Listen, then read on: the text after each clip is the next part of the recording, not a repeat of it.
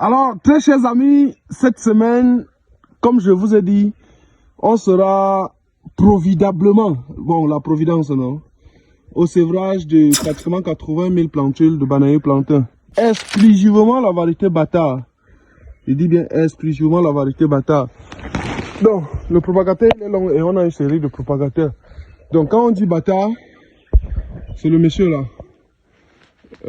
C'est le monsieur là aussi. C'est le monsieur là aussi. Est-ce qu'il y a d'autres régimes? Bon, partout il y a des régimes. Voilà. Salutations cordiales, très chers amis. Aujourd'hui, on va parler de la sémence de bananier plantain. Vous avez le choix entre les pifs de bananier plantain, c'est-à-dire des plants issus des fragments de tiges, ou tout simplement les rejets de bananier plantain.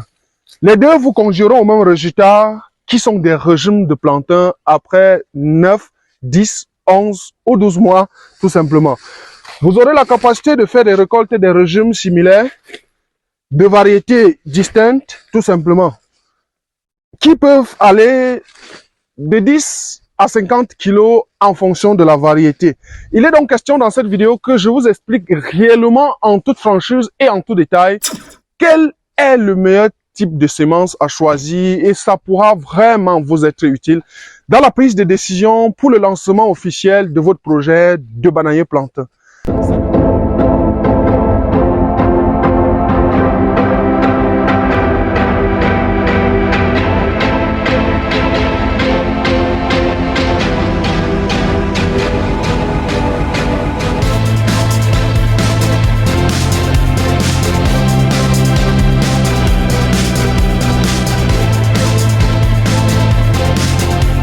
Salut à toi et bienvenue sur la chaîne, je suis Kanaïvari. Sur cette chaîne, je te parle d'agriculture, d'élevage, tout ce qui est technologie agricole. La cerise sur le gâteau pour cette année, c'est que avec des multiples voyages qu'on a fait jusqu'ici, on est rentré au Cameroun avec l'avocat As, provenance du Rwanda, tout simplement. Également, on est rentré du Burkina Faso à Ouagadougou avec des semences d'orange pineapple qui produisent 3 fois par an. Et au-delà de tout ça, je voulais également vous rassurer que à partir du Cameroun, vous avez désormais la possibilité d'avoir les semences, les graines ou d'autres types de plantes provenant de nous dans les pays francophones, notamment l'Afrique de l'Ouest et globalement en Afrique centrale. Donc désormais, si vous êtes au Gabon, Congo, Côte d'Ivoire, Mali, Burkina Faso et tout ça là, nous avons la capacité de vous produire et d'envoyer des souches ou des plantes provenant du Cameroun. Et donc finalement, si vous voulez faire des variétés de plantains qui donnent aussi assez comme ce que nous faisons ici, vous pouvez les commander et nous allons vous livrer. Au-delà du plantain, nous avons les papayes. Bref, il y a toute une gamme de produits et services que nous allons publier très bientôt. Alors, pour ce qui est des semences du bananier plantain, on va commencer par le choix variétal avant clairement de regarder le choix du type entre rejet ou pif ou toute autre méthode, tout simplement.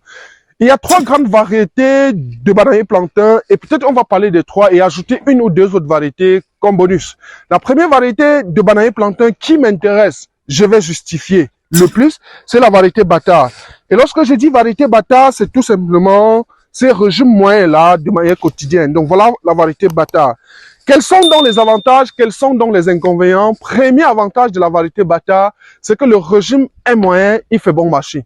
Ça veut dire, le régime normal que je récolte régulièrement ici, parce que vous savez, on a fait 10 hectares, on vend quotidiennement à 3 000, 3 500 jusqu'à 4 000 francs à Yaoundé. Et c'est tout à fait normal parce que le régime est suffisamment intéressant. Deuxième avantage de la variété bâtard, c'est que le doigt est moins. Le doigt est moins, ça veut dire qu'en même temps, les gars qui font le porc braisé peuvent acheter, mais aussi les mamans peuvent acheter parce que les mamans adorent les gros doigts. Et aussi, on peut en faire du chips de bananier plantain. Et c'est donc un avantage concurrentiel, bien évidemment, parce que les autres variétés ne sont pas aussi assez mixtes. Un autre avantage très concurrentiel avec la variété bâtard, c'est tout simplement que bâtard est précoce. Et donc, à partir de 12 mois, on est déjà aux différentes récoltes. Donc là, c'est mon manioc que je vais manger à la maison. La production est énorme. Donc là, c'est 80-36 aussi. Mais il y a beaucoup d'autres variétés. On en parlera peut-être plus tard. Donc voilà quelques spécimens de la variété bâtard. Maintenant, ce qu'il faut conclure, ou ce qu'il faut se dire, c'est que la variété de bâtard s'adapte dans tous les climats. Que vous êtes dans le climat froid ou dans le climat chaud, Bata s'adapte. Et un autre avantage très concurrentiel, c'est que Bata est de courte taille. Cela veut dire concrètement que Bata ne prend pas trop de hauteur et donc finalement, vous n'avez pas besoin de trop de tuteurs. Deuxième variété indispensable, la plus produite au Cameroun, c'est la variété Big et Banga. Lorsqu'on dit Big et Banga, c'est justement en rapport avec les gros doigts. Malheureusement, je ne le cultive pas ici. Mais ailleurs, vous allez peut-être voir en image les différentes photos du Big et Banga. Premier avantage du Big et Banga, il est très précoce. En 9 mois, 10 mois, 11 mois, on est déjà à la coupe, c'est déjà la production. Deuxième avantage du Big et Banga, c'est la variété faite pour la farine ou bien faite pour les chips de bananier plantain. Et c'est donc des avantages concurrentiels. Troisième avantage du Big et Banga, c'est une variété de courte taille et donc on n'a pas besoin de tuteurs, tout simplement. L'inconvénient majeur que vous avez avec la variété Big et Banga, c'est tout simplement que les régimes sont petits, deux fois 1 à 2, maxi 4 mains. Ça fait donc que sur le marché, le même régime de Bata que je vends à 3000, je vends en même temps Big et Banga 2500, 2000. Pourquoi? Parce que le régime sur le plan volume et poids est faible, mais sa précocité, sa possibilité de transformation fait de cette variété une meilleure variété et qui est la plus produite au Cameroun parce que les dames aiment donc cette variété-là. Parce que quand tu épuises 3, 4, 5 doigts là, tu peux déjà mettre dans la bassine, ça fait le plein, ça fait la marmite tout simplement. Troisième variété qui m'intéresse ou qui intéresse plus d'une personne, c'est la variété French. Dans les régions du centre-sud-est, on n'en parle pas beaucoup. Pourtant, c'est aussi une variété qui s'adapte très bien. Bientôt, je vais lancer la récolte des French ici et peut-être je pourrais vous faire une vidéo explicative pour vous montrer.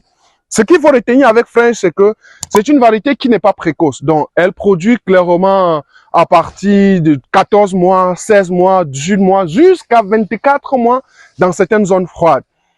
L'avantage majeur, c'est que le régime est énorme. Peut-être en image, vous allez voir un régime et il peut aller jusqu'à 15 000 francs le régime au marché du Cameroun. J'imagine le prix à Port-Gentil, au Gabon, à Brazzaville, au Congo et dans tous ces autres pays-là.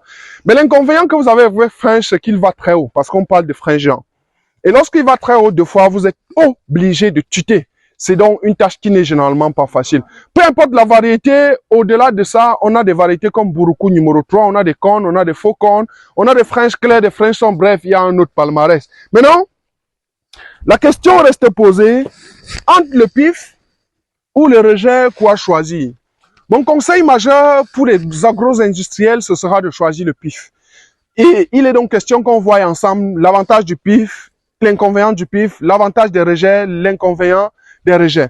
En termes d'avantage du pif, le premier avantage numéro 1, c'est l'uniformité de votre production. Ça veut dire concrètement que si vous avez mis 10 000 pifs au sol, vous avez la capacité de faire des programmations de récolte et donc dit au partenaire qui va acheter que d'ici 6 mois, je peux avoir 1500 régimes, je peux avoir 5000 régimes, je peux avoir 10 000 régimes parce que le pif, généralement, a la même taille pour toutes les plantes. Vous comprenez donc que le pif, pour ceux qui veulent faire des agro-industries, est intéressant. Ça, c'est le premier avantage. Le deuxième avantage, c'est par rapport à son statut de sain. On parle de pif lorsqu'on a traité convenablement le processus de production. Et donc, à la fin de la journée, le pif semble très intéressant parce qu'il est sain. Et vous savez que dans les régions du centre-sud-est de chez nous, on est généralement dans des sols à nématodes, à taux de nématodes très élevés. Et donc, si vous plantez déjà autre plante qui n'est pas sain, vous pouvez déjà vous rassurer, vous risquez d'avoir les pertes. Parce que quoi, dès la première année, je vais vous demander de mettre le mocap et tous les ans ou bien tous les 3 mois, je vais vous demander toujours de mettre le mocap, ce qui devient un peu toxique, vous polluez le sol et tout ce qui va avec. Donc le pif vient résoudre le problème de la plante saine. Troisième avantage du pif, c'est sa rapidité de croissance. Attention, les gens ont dit que avec le rejet, ça va plus vite que le pif, mais je vous dis attention, le pif va nettement plus vite que le rejet. Première raison, c'est que le pif a un système racinaire sain et donc il prélève très rapidement les matières nutritives dans le sol et donc il grandit nettement plus vite. Deuxième avantage du pif, généralement ceux qui cultivent savent quoi ils font et donc ils ont un bon programme de fertilisation, un bon programme de protection phytosanitaire et tout ce qui va avec. Je peux donc vous conseiller le pif, mais attention, quel est l'inconvénient? L'inconvénient, c'est pendant le transport. Si vous transportez des pifs, peut-être des Yaoundé pour votre champ, vous risquez d'avoir des pifs qui se sont cassés, vous risquez d'avoir des pertes par rapport au fait que les plantes se déracinent. Mais attention, j'ai trouvé encore la solution à cela. Désormais, j'ai décidé de vous vendre plutôt des plantules et non des pifs. Ça veut dire quoi concrètement? Vous avez une plantation de 10 hectares que vous voulez faire. Ça fait concrètement 20 000 plantes à planter. Je ne vous demande pas de venir à Yaoundé chez moi porter des pifs pour partir planter chez vous. Je vous demande de faire charger des sachets pépinières chez vous de terre ou du substrat ou du compost ou de n'importe quoi. Et je viens tout simplement repiquer les plantules à l'intérieur, de sorte que ces plantules-là grandissent sur place et deviennent des pifs sur place et vous les plantez sur place.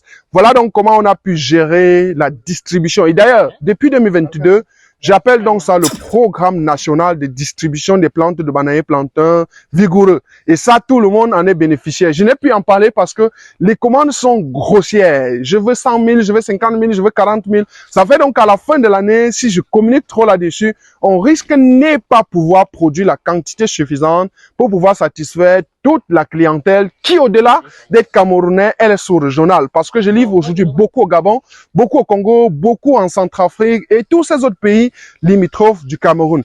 À la fin de la journée, donc, je peux vous conseiller le pif. Maintenant, un avantage concurrentiel que beaucoup n'expliquent généralement pas, c'est le fait que, attention, pour avoir 20 000 rejets, il vous faut creuser 20 000 plantes, ce qui devient impossible. Si vous avez des plantations aussi assez vastes n'importe comment, si je vous demande d'arracher 20 000 rejets de ce type de bonne qualité, vous ne pourriez généralement pas. La raison fondamentale est que si vous récoltez trop de rejets sur un seul bananier fautron, il risque de tomber. Et donc, vous devez faire ce qu'on appelle scientifiquement le liotonnage. Et donc, finalement, il y a des précautions à prendre et finalement, le rejet n'est plus adapté au planting. À qui ou bien les qui sont ceux qui vont faire des rejets? Première raison fondamentale pour laquelle vous devez choisir des rejets. Vous allez uniquement choisir des rejets si vous êtes dans un petit projet. Un petit projet est un projet qui va entre 0 et 2 hectares. À plus de 2 hectares, je vous conseille le pif. Le rejet ne sera plus rentable. Pourquoi vous devez le faire lorsque vous êtes dans un petit projet? Vous devez faire les rejets parce que vous êtes dans un petit projet, justement parce que vous allez étaler vos récoltes. Peut-être toutes les semaines, vous allez pouvoir récolter 10, 20, 30, 40, 50 régimes. Ça vous crée une liquidité continue. Mais si vous n'avez clairement pas besoin d'une liquidité continue, vous pouvez aussi faire le pif, même si vous êtes en petite superficie. Deuxième avantage que le rejet offre par rapport au pif, c'est tout simplement la capacité de résister face aux forces naturelles de stress. Ça veut dire, si vous plantez le pif et qu'il ne pleut pas, vous allez tout perdre.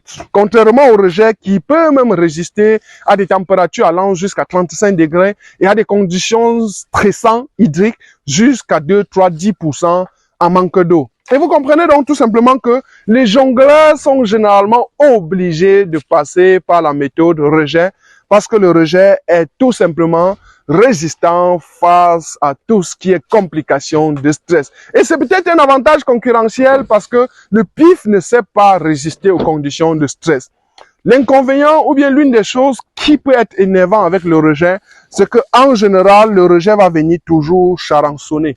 Et le fait qu'il soit toujours charançonné veut dire que quand vous plantez le rejet, vous avez obligation de mettre le mocap qui est un pneumaticide. Et à la fin de la journée, vous allez vous rendre compte que peu importe le prix auquel vous avez acheté le rejet, vous allez toujours payer ou dépenser plus pour rendre sain ce même rejet-là. Et attention, on n'arrange pas une vieille voiture jusqu'à ce qu'elle devienne une voiture neuve. Pour arranger une vieille voiture jusqu'à ce qu'elle devienne neuve, il faut acheter tout simplement une autre. Et donc finalement, tous les ans, vous serez toujours obligé de mettre le mocap ou bien le compteur, le pneumaticide pour désinfecter le sol. En tout cas, j'espère que la vidéo n'a pas été hyper longue. J'espère que vous avez au moins appris une chose concernant la filière bananier plantain, mais surtout la variété et la différence entre le rejet et le pif. Mon conseil, ce sera tout simplement que si vous avez une exploitation agricole et vous voulez bien faire du bananier plantain, démarrez par la procédure PIF. Si cela n'est pas possible, contactez-nous, achetez directement des plantules qui coûtent 10 fois moins le prix du rejet ou bien le prix du PIF et vous allez directement charger des sachets chez vous et directement en même temps, vous allez pouvoir repiquer les plantules à l'intérieur et à la fin de la journée, vous aurez des propres PIF chez vous sans réellement dépenser. En tout cas, je vous dis merci pour avoir suivi jusqu'à la fin.